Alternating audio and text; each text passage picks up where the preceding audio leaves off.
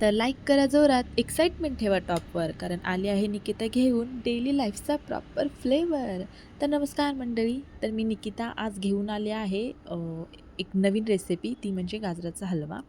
तर जवळजवळ सगळ्यांनाच माहीत आहे तो कसा बनवतात, बट मी एकदम सिंपल वेनी बनवते. आता सीझनही जवळजवळ संपत आलेला आहे, तर म्हटलं चला बनवून घेऊया. आणि ॲटलिस्ट मी 5 ते 6 वेळा माझा गाजराचा हलवा बनवून होतो सीझनमध्ये बट यावेळेस सेकंड टाईमच बनवते. तर मी या हलव्यासाठी घेतलेलं आहे तूप, दूध, गाजराचा एकदम खीस करून घेतला, देन ड्रायफ्रूट्स, साखर आणि वेलची पावडर.